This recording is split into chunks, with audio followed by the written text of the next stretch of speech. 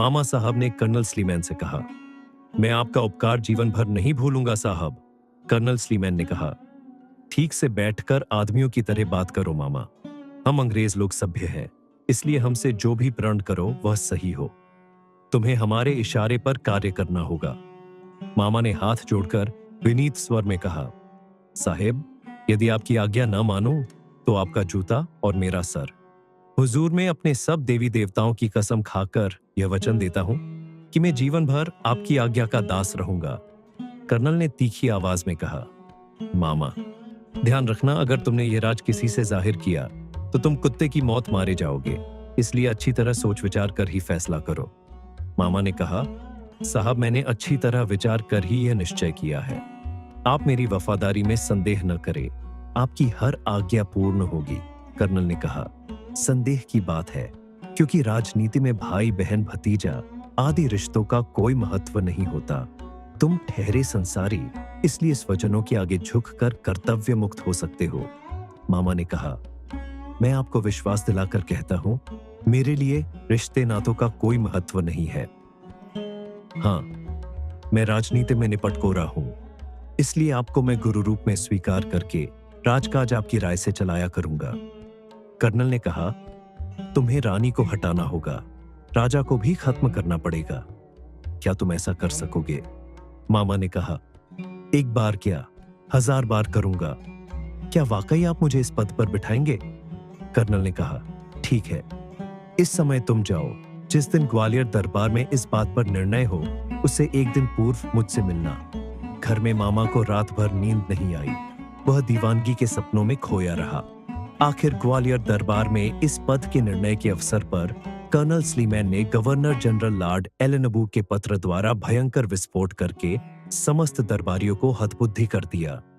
पत्र में लिखा था कि हमें प्रसन्नता होगी यदि ग्वालियर राज्य का पद मामा साहब को दिया जाए। समस्त दरबारियों को आश्चर्य हुआ कि अंग्रेजों ने राज्य के आंतरिक मामले में यह अनुचित हस्तक्षेप क्यों किया।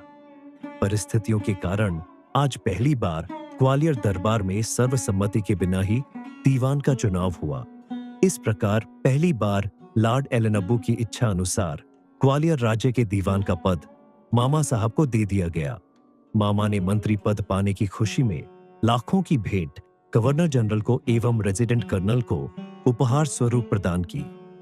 मामा की गति विचित्र हो गई।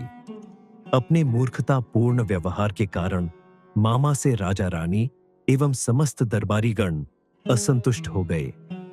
रीजेंट कर्नल स्लीमैन को खुश करने के लिए मामा ने उचित अनुचित का ख्याल न किया। थोड़े समय में पूरे शहर में हाहाकार मच गया और कानाफूसी प्रतिरोध के रूप में प्रकट होने लगी। चौकीदार से लेकर दरबार के उच्च अधिकारी खुल्लम खुल्ला मामा का विरोध करने लगे। यहां तक कि मामा की आज्ञा का उल्लंघन होने लगा।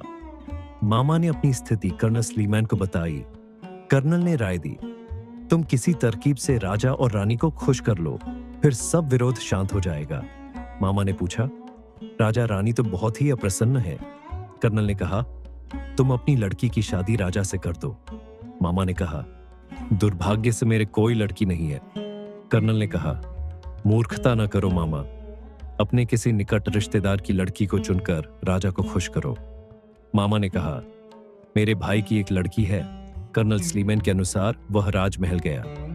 राजमाता रानी तारा देवी से मामा ने अपनी भतीजी का राजा से विवाह का प्रस्ताव रखा, मगर तारा देवी को यह संबंध रुचिकर न लगा। फिर भी प्रकट रूप में रानी ने मामा को टालने की गरज से कहा, सोचने दो मामा, क्या ऐसा हो सकता है? मामा ने कहा, यदि आपकी अनुमति हो तो यह अवश्य हो सकता है। रानी ने कहा, कैसी पागलों सी बात करते हो मामा, बिना दरबारियों की मर्जी के काम संभव नहीं है। मामा ने कहा, ठीक है, दरबारियों की राय लेने के उपरांत आप अपना निर्णय बता देना। समस्त दरबारी गण मामा के इस प्रस्ताव पर विचार करने लगे। 15 दिन के बाद दरबार ने विवाह का प्रस्ताव नामंजूर कर दिया और मामा को दीवान के पद से हटा दिया। कर्नल स्लीमैन की एक न चली। आखिर में मामा को अपना बोरिया बिस्तर बांधकर ग्वालियर से जाना पड़ा। इस प्रकार बहुत बेआबरू होकर लॉर्ड एलेनब्रू का मोहरा मामा साहब को ग्वालियर से हटा दिया गया। लॉर्ड एलेनब्रू इस बात से क्रोधित होकर अपनी सेनाएं चंबल के किनारे ले आया और वह ग्वालियर पर आक्रमण की तैयारी करने लगा। इधर नगर की प्रत्येक गतिविधि की सूचना कर्नल स्लीमैन द्वारा गवर्नर जनरल को भेजी जाने लगी।